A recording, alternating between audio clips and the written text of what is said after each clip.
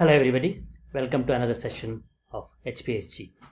In the last session we have looked at binding theory, we have looked at binding facts and how to account for binding those facts.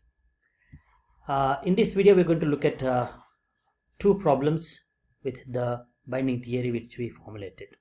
So we'll begin with a review of what we have done in the last video. Reflexives are co-indexed with their antecedents, which are co-arguments of reflexives, while pronominals are contra-indexed. That is, reflexives and their antecedent should be the arguments of the same verb. Only then the reflexive can be co-indexed with that antecedent, whereas a pronominal cannot be co-indexed with that argument. Then, to account for this, we have posited argument structure, which is a feature on the lexical head, and according to ARP, that is argument realization principle, the value of argument structure is A plus B, where A is a specifier value and B is the comps value of that verb. Then we also had defined something called ranking. A phrase A outranks a phrase B just in case A's synsem structure precedes B's synsem structure on some argument structure list. That is, if you have a verb and its argument structure like hit, and you have two NPs, and the first NP which represents the specifier, then the second NP which represents the object or the complements, then the specifier outranks the complement. Based on these, we have formulated two principles, principle A and principle B. Principle A says a reflexive pronoun of an argument structure list must be outranked by co-indexed element. That is, a reflexive pronoun must be bound by its antecedent. The antecedent should be on the same argument structure list, right? And principle B, a non-reflexive pronoun of an argument structure list must not be outranked by a co-indexed element. And how did we define reflexive pronoun? We defined a reflexive pronoun by using a feature called anaphor. So a reflexive pronoun is marked for anaphor plus, whereas a non-reflexive pronoun is marked for ana minus. Now let's look at the problems. Problem number 1 is with regard to pronominal agreement. Look at the sentences given here. I enjoy yourself, which is ungrammatical. He enjoys themselves is also ungrammatical. She enjoys himself is also ungrammatical. Why are they ungrammatical? The first sentence is ungrammatical because the subject I is singular, whereas the object is yourself, which is plural, which is also singular, but it is second person. So that is a person difference. Though both of them are co-arguments, in the argument structure I can outrank yourself, right? As per our principle A, a reflexive pronoun of argument structure list must be outranked by a co-indexed element. So I can be co-indexed with yourself if we follow principle A. But this is an ungrammatical sentence. Similarly, B, you have the difference between he and themselves is number. He is singular, themselves is plural. And in the third sentence, it is a difference in gender. She is feminine, himself is masculine. So the co-indexing is not possible, right? Because what we see is there is a agreement difference. So can we add agreement to binding principles? That is, what we can say is a reflexive pronoun of argument structure list must be outranked by a co-indexed element, and a reflexive pronoun must agree with co-indexed element. We may say that, but no, we don't need to say that because a co-indexed element exhibits a form of agreement.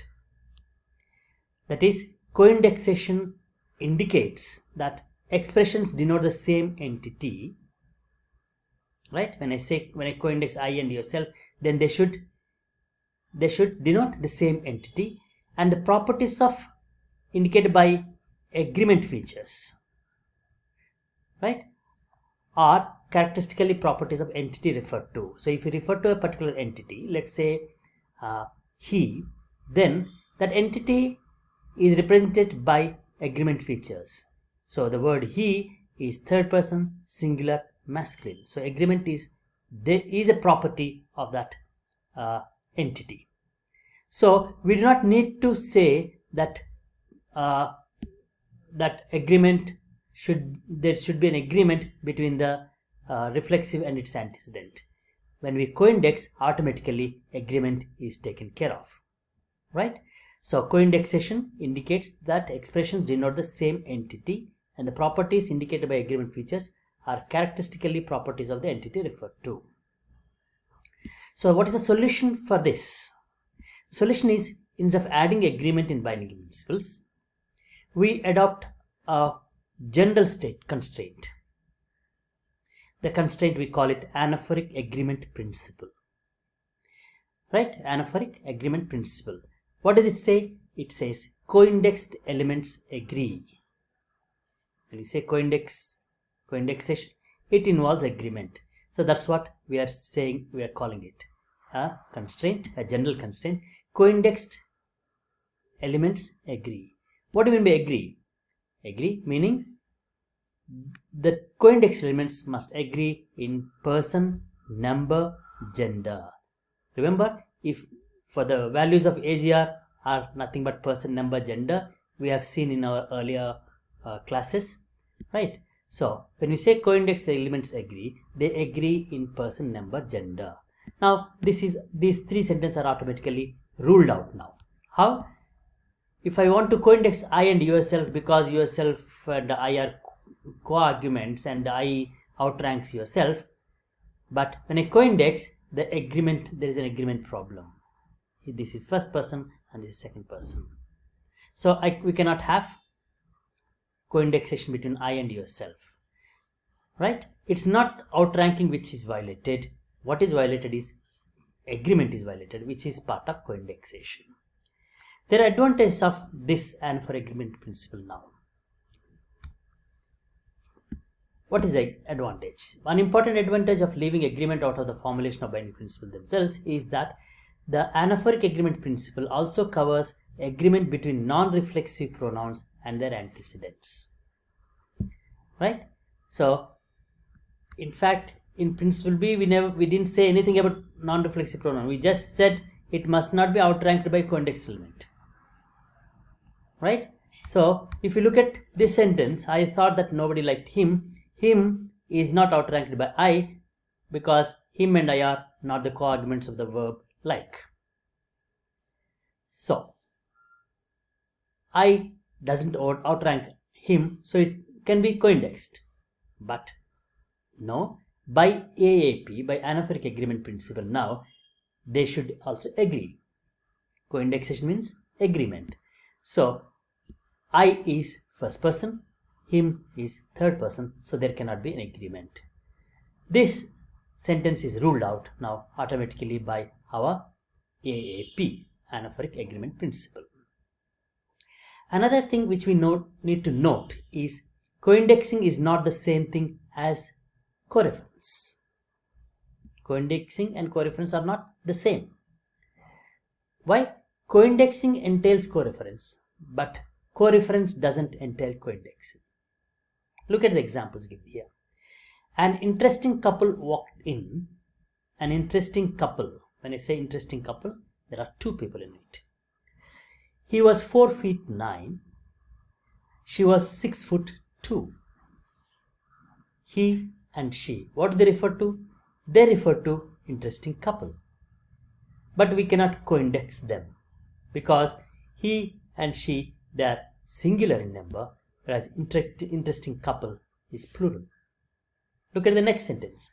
My family hates conflicts. My family is singular. That's why you have hates. But they love granola. They is the pronoun which is plural. Can we co-index they with family? No, because they is plural and family is singular. So we cannot co-index them because they fail in agreement. But the word they refers to my family. Co-reference is there, but you cannot have co-indexing. Similar is the case with the third sentence. The solution to this problem is rest and relaxation. Solution is singular, and rest and relaxation is a coordinate noun phrase which is plural. We cannot co-index this plural NP with the singular NP, the solution. But rest and relaxation, the coordinate NP, refers to the solution. What we understand from these is co-indexing can entail co-reference, but co-reference cannot. So co-indexing and co-reference are not the same. Let's look at the second problem for our binding theory which we proposed earlier. This is with regard to binding in prepositional phrases. When we say prepositional phrase, we know that there is a preposition which is the head and there is a complement or the object of the preposition. So prepositional objects are not arguments of the verbs. If we have a sentence with a PP in it, the object of the preposition cannot be the argument of the verb, because that object is the argument of the preposition, not of the verb. Hence, they cannot be bound by subjects of the sentences in which they are present, because subjects and the objects of preposition are not co-arguments of the same verb. Right? That's how our binding theory talks about till now. But look at the following sentences. They talk to themselves. To themselves is a prepositional phrase. Themselves is the object of to. So it is the argument of the verb of the preposition to. They is a subject which is the argument of talk. This is a specifier. So the word they and themselves are not the co-arguments, are not arguments of the verb talk. Right? Because they are not co-arguments, by binding principle A, themselves cannot be co-indexed with they because they doesn't outrank themselves. Right? So instead of themselves, it should be they by binding principle A. But if you use them, then this sentence becomes ungrammatical. Right? So what do we understand here?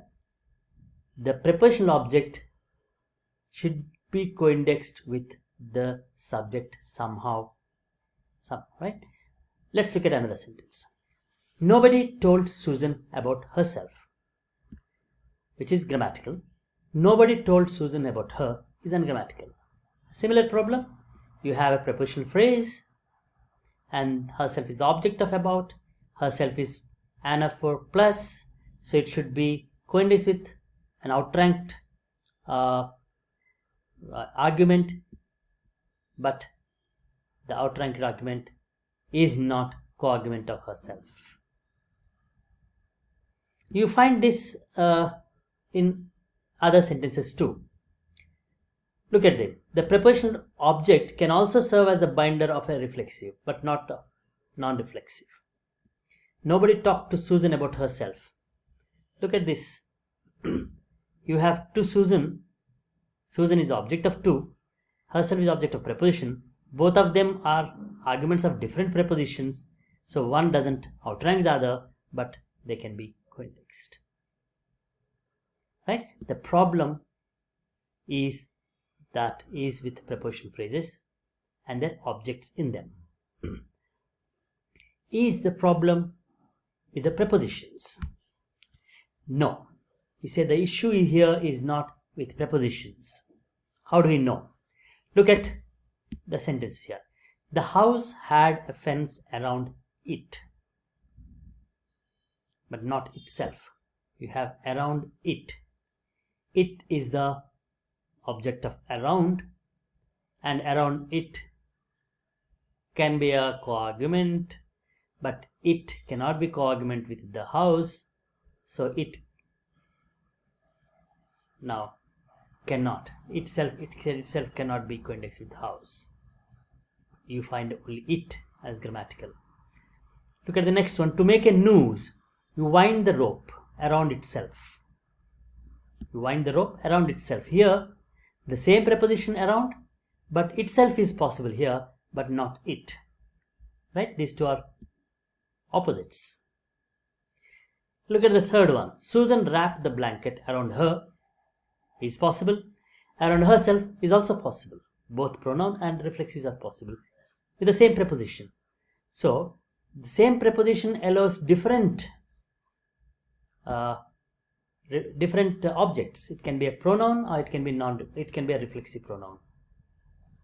Right? So, what's the problem here? It is not the problem with the preposition, but the problem is where does this prepositional phrase occur? Right? Where does this preposition occur? That is the problem. What does our intuition say? Our intuition says now that English prepositions have two different or distinct functions. What functions do they have? One is introducing new predicates and having their own argument structures. So they have their own predicates. A preposition can have its own predicate. So when it has its own predicate, it will have its own argument structure. But it can also function as argument markers. That means it doesn't have a predicate, but it marks an argument marker. Right? It functions as an argument marker. That is, they indicate what role their object plays in the situation denoted by the verb of a clause they appear in. So if a PP occurs in a clause and the preposition says the object of that preposition has a particular role in accordance with the verb where the preposition phrase occurs. So these are the two different functions. Let's look at a sentence like Susan told a story to herself. When I say Susan told a story to herself, to here plays the function of an argument marker. That is a second function. What does it say? Tell, we know it has three theta roles: agent and what is told, to whom. Right? The role of herself is the person who was told. Right? So that function is done by the preposition to. So how do we know that? We can test it by omitting the preposition. We can even omit the preposition. We can say Susan told herself a story, where herself is the indirect object, the person who is told the story, and a story is the theme. Right? So the preposition to here functions as the argument marker. That is the second function. Whereas when you look at the three sentences here, which we have stated, the house had a fence around it. Around here plays the function of introducing a new predicate. Around has function of new predicate. How do you know that? In fact, you can split the sentence. You can say the house had a fence and the fence is around the house. Right? The house had a fence and the fence is around the house. So that means around creates its own predicate, its own argument structure, where it can have an argument it and then it can have a fence. When we look at the next sentence, to make a noose you wind the rope around itself, the word around or the preposition around doesn't function as having a new predicate, having its own argument structure. It plays like an argument marker, the second function. See, you cannot split the sentence. You wind the rope is around itself. No. Right? The rope is around it. No, you cannot do that. So the word around here functions as argument marker. Whereas in the third, the preposition around has both the functions. It can function as an argument marker. It can also have its own argument structure. That's why both of them are possible. right? This is the intuition we have now. That's what I said here. So what is the solution? Now this intuition we need to convert into our solution. The solution is the information of the object of the proposition, which functions as an argument marker, shall be transmitted to the PP. That is around, or let's take two functions as an argument marker. When it marks as an argument marker, the object of that proposition is an of plus. That information has to be transmitted to the preposition phrase, to herself. That means to herself becomes Anna plus somehow. And when it becomes Anna plus, the prepositional phrase is co-argument of the word Susan, because Susan and the prepositional phrase are of the same argument, are the arguments of the same verb. So then Susan can outrank the prepositional phrase which has an for plus, and so this herself can be co-indexed with Susan, right? That's what we want. That's what we are saying. The information of the object of the proposition, which functions as an argument marker, shall be transmitted to the PP. Then the higher verb that takes such a PP as its complement will then have the information about the PP's object NP in its argument structure within the PP's synsem structure, right? Now this transmission, the transmission which we are talking about, can happen only through the head, because we have only one principle, head feature principle, where the head value of the daughter node is same as the head value of the mother. So if we make this information as part of head feature of the preposition, then it can be transmitted. So we call we introduce a feature, head feature for the preposition, which we call P object. That means the preposition has an object, right? That's the P object, which is part of head feature. And prepositions like to, about, and of allow non-empty P objects. They allow non-empty P objects. They always need P objects. That's what we are saying. Around can have both. Sometimes empty, sometimes non-empty. When it is non-empty, the non-empty value of this feature are constrained to be identical to the feature structure of the proposition's object, right? The P object value, non-empty P object value, should be identical with the preposition's object. Let's look at how it works. We have the preposition to, which has a synsem structure, syntax, argument structure, and sem. Remember, argument structure we introduced as a third feature in the synsem. And syntax, it has head feature, head value is preposition, which also has P object feature, which is not empty, and that is identical with the object of to. The preposition to has an object, that is, it has a complement, right? That is part of this. So we are using it here. They are identical. Okay. Now this feature P object, which is part of head feature, should be transmitted through head feature principle. How? When you say to themselves or to them or themselves is a P object. Is a P object, which is here. That is, if it is themselves, it is plus Anna. If it is them, it is Anna for minus. And this feature, it is part of head feature, so it is transmitted to PP because of head feature principle. Head feature principle transmits to and to, so automatically the P object's value is transmitted, right?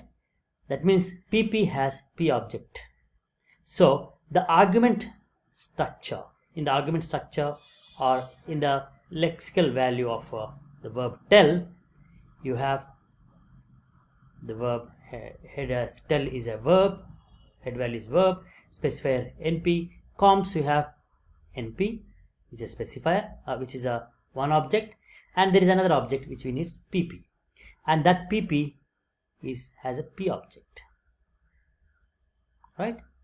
So when you say tell to someone, that someone is part of to, and those three are part of argument structure. 1, 2, 3. 3 is PP with a P object, and 1 is a subject, right?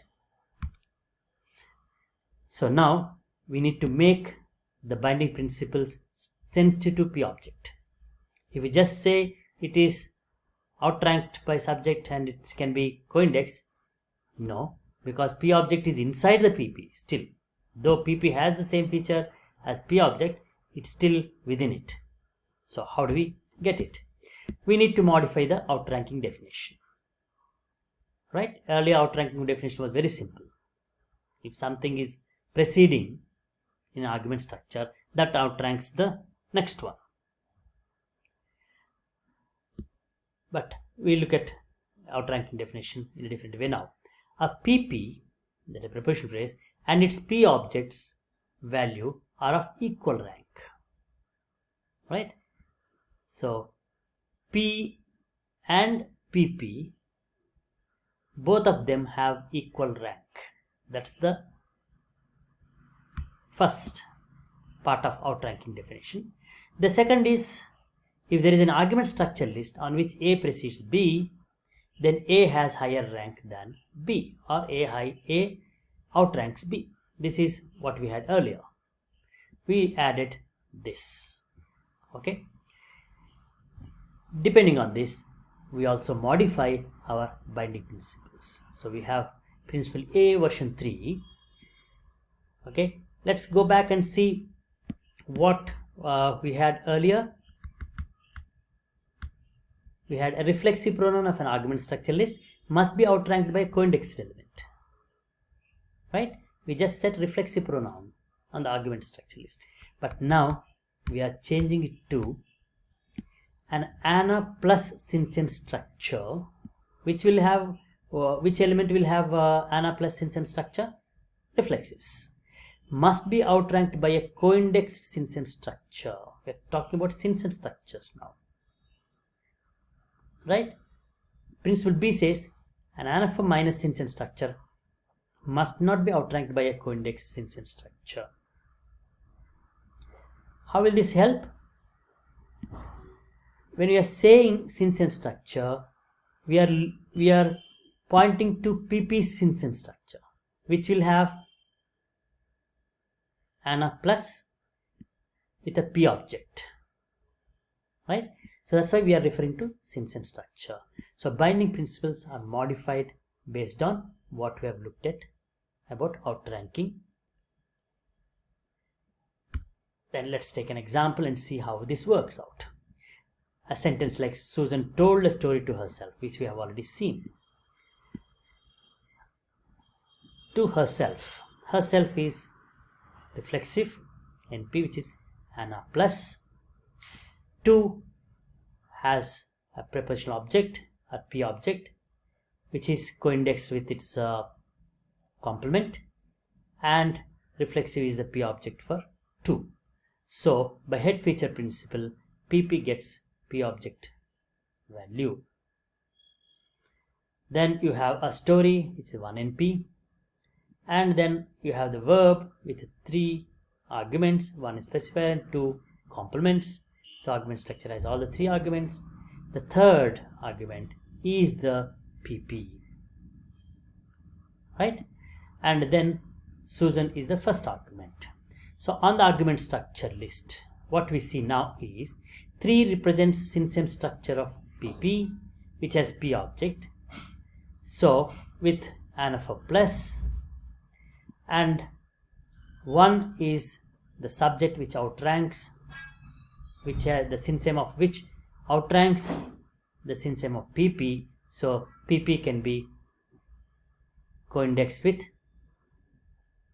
the subject, that is the P object can be co-indexed with the subject. So you have the sentence Susan told a story to herself. If we say Susan told a story to her, it is Anna minus, so P object will have Anna minus, and it cannot be co-indexed with an outranking argument. So it cannot be co-indexed with a 1. Right? So this is the argument structure. NP1, the 1 is Anna minus, 2 is Anna minus, P object NP is Anna plus. So this can be co-indexed, this P object can be co-indexed with any of these two outranked elements, right? So we can even have direct object functioning as an antecedent. Here in this sentence it will not. You can have a sentence like Susan showed Mary to herself, right? Or have instead of Susan you have a masculine noun. John showed Mary to herself. So herself refers to Mary, right? So this argument structure allows both, okay, depending on the sentence. So what have we learned in this video? We have learned that the binding principles which we formulated earlier cannot explain the ungrammaticality of these sentences. That is, there is a problem with pronominal agreement, and we solved it by using a general constraint called anaphoric agreement principle, which says co-indexed elements agree. Then we saw another problem with prepositional phrases where the prepositional object can be co-indexed with the subject in which the prepositional phrase occurs. The sentence where the prepositional phrase occurs, like they talk to themselves, or nobody told Susan about herself, etc. We looked at those sentences and we said the problem is not with the prepositions, but prepositions have two different functions depending on the context in which they are. So to account for these sentences, we use the intuition that there are two functions and said there is a P object for prepositions which is part of head feature, which can be transmitted to preposition phrase, and then the preposition phrase becomes anaphoric plus, and that can be co-indexed with the outranked NP in the argument structure. That's the solution. See you in the next video.